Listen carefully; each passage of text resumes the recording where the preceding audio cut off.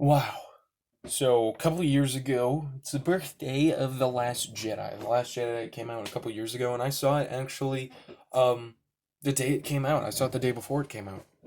You know how they do the premiere nights? Yeah, so I saw it then. And as it is, I want to talk about it. A lot of people love it or hate it. They usually agree on one thing. It was a mess. It was very video game-esque. Very much you're focusing on several different characters and they're all going to several different places. Rey is on the training island with Luke. Kylo is doing his own thing, of course. Finn and Rose doing their own thing. Poe, Leia, the rest of them doing their own thing, which really makes for a cluttered movie. Especially when, good old movies like The Empire Strikes Back, it was very togetherness. New Hope, they met Chewbacca and Han and Chewbacca didn't leave Luke for a while. Whenever they did, it was kind of a, we'll be back in a second type deal. Whenever they separated, like in The Empire Strikes Back, where Luke goes to train on Dagobah, you know that he's training there, so there's not much need to focus on him, which is good because then you can focus on Leia and Han, who are together. But if you had Han with someone else and Leia with someone else, it really make a foggy story. You don't really see what's going on. Along with it, I think that this did do a good job of coattailing off it. I'm going to try to do one positive and one negative. One negative first, because I prefer that way. One positive is I really did like kind of the flow of it. It had a decent, understandable flow. Nothing felt confusing or just shoved in there. It didn't feel like, hey, let's all go to this place. It felt like, okay, Finn and Rose have to go to this planet, and yeah, so they go to that planet. Han doesn't need to be there. Well, he's not in this movie. Rey doesn't need to be there. Finn doesn't. Poe does not need to be there. So it makes sense. It makes sense. I definitely think that really made for it to be more understandable, which works well, especially with a Star Wars movie. Now, kind of my biggest criticism, the kind of setup and the pitfall. As it is, if you have different directors trying to do the same thing, it really rarely turns out well. I mean, look at reboots, Disney reboots. You usually like one over the other. Let's talk about Mulan. Mulan, the first one was very nice, very good. So, then the reboot. Very different, and I didn't like it.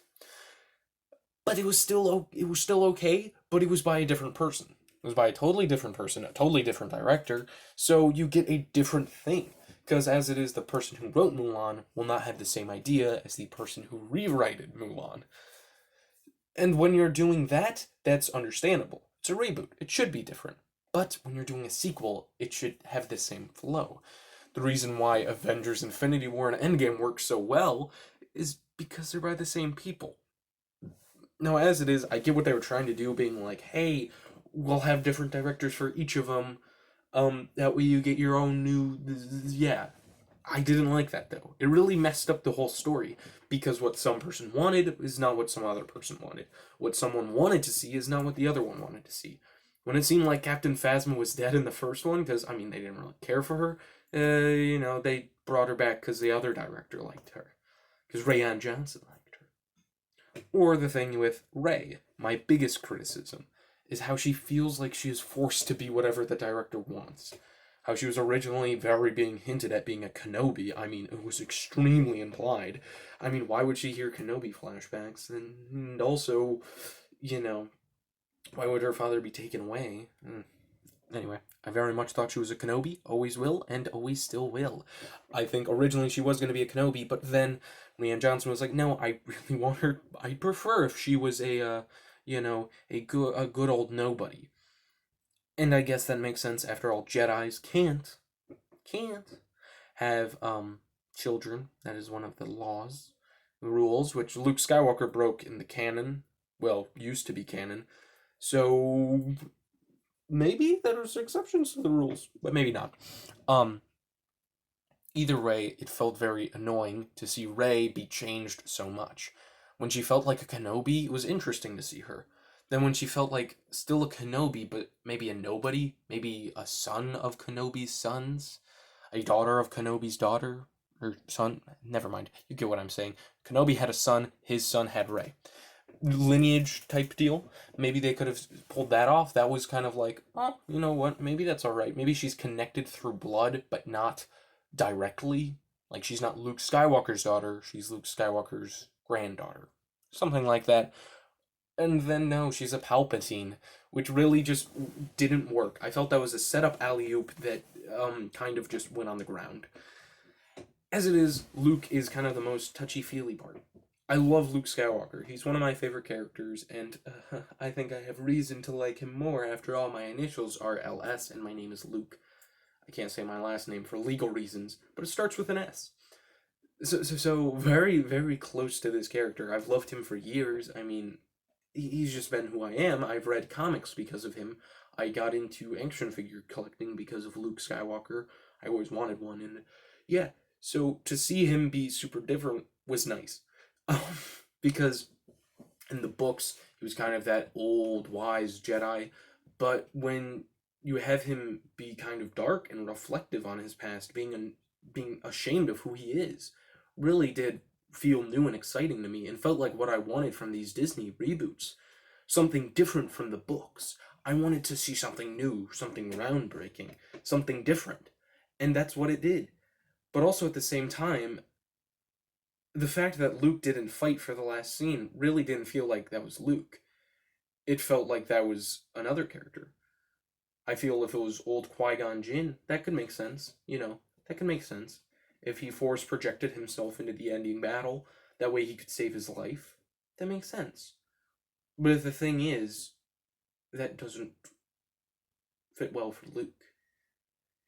Why would it didn't fit well? It wasn't who he is. He wouldn't force project himself to another plane of it, to another planet. He wouldn't do that. That's not who Luke was. That's not what he would have done.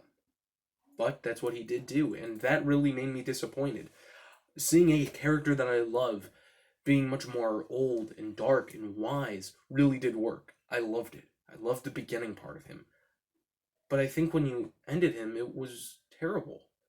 That's why I was really hoping with the new one, with episode 9, it was going to be very triumphant. Wait, is it episode 9? Hold up. Yeah, it's episode 9.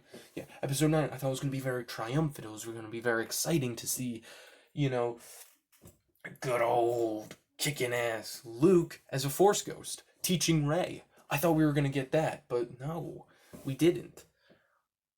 And it really disappointed me. I wanted him to be teaching Rey. I wanted him to be passing his knowledge down to prevent what happened to him and what he did into Rey.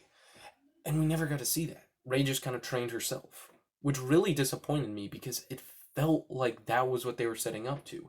Luke not really being in the first one, then him coming in the second one, him dying in the second one, and him being a Force ghost who was teaching Rey at the end. That's what I always wanted to see, and we didn't get that. So it really felt disappointing beyond any measure to see such a perfect setup for a Force ghost teaching, especially when, at the end he does come as a Force ghost. I thought that was just disappointing. I was really upset that this one set up so many alley-oops while also knocking one down. Because with Snoke, it was so interesting. Who is he? We don't know who he is. And when you kill him, when you show him in his chair, it's less impressive. I feel Rey shouldn't have met him. I feel they should have saved that for the last movie. I think that would have been cooler. They could have revealed he was Boba Fett or he was Mace Windu. He could have been someone older. A former Jedi who was turned to the dark side because of his darkness. I think that could have been cooler. He could have even been old Anakin Skywalker or something. Probably not. That wouldn't work because he came as a glowy in the last one. But anyway, I really do think that is the thing. It killed Snoke, and that really made me a little less excited because who taught Kylo Ren? Was it just Palpatine's clone? Anyway, Snoke I could make a whole video about, but I just wanted to get my ideas out of here. Sorry if my mouth's a little stumbling and stirring. I did go to the dentist, and I'm a little loopy, but not too loopy enough to make a terrible video, just one that you barely can understand, which I find is my key range for videos. So yeah, on good old Star Wars episode, The Last Jedi, his birthday, I didn't like it. I don't think it's the worst in the series, but it's not my favorite. It really didn't do what I think it should have done. I liked the new Luke, but it didn't carry through. I kind of wish that we got a director's cut where Rian Johnson kind of did everything he wanted to do before kind of Disney smudged it up a little bit, because I kind of feel that they smudged some things to make it a little nicer, a little cleaner, a little more makey sense. I think that could have been really good, but well, we might never see that. I really did like Finn in this movie. I'm a big fan of Finn, and I wish that we got more of him in the last one, but we did get a lot of him in Last Jedi, so I have to thank them for that. I did like the setup of Rose, even though she didn't carry through, but I still liked her setup, someone who Finn is fighting for, that kind of interested me. And I was hoping that we could see them in later movies and later TV shows as kind of a, teacher type thing. But anyway, I digress. I really loved watching the Disney trilogy unfold because how different they are. I think that if I had to rank them, here's my ranking of the Disney trilogy, at least. Just the Force Awakens, Last Jedi, Rise of Skywalker.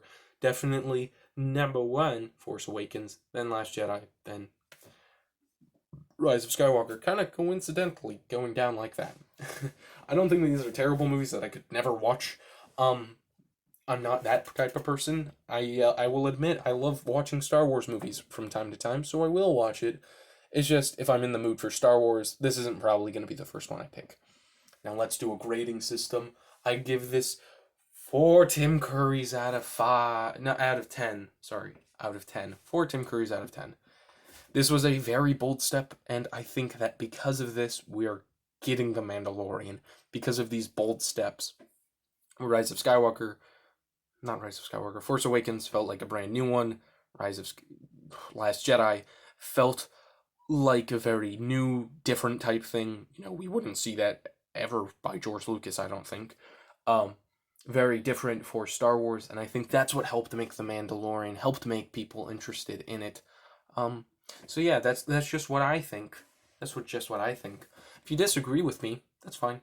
I think Luke was cool, for the most part. I did not like his ending, though. So yeah, overall summary, it was okay without being great. It was meh without being...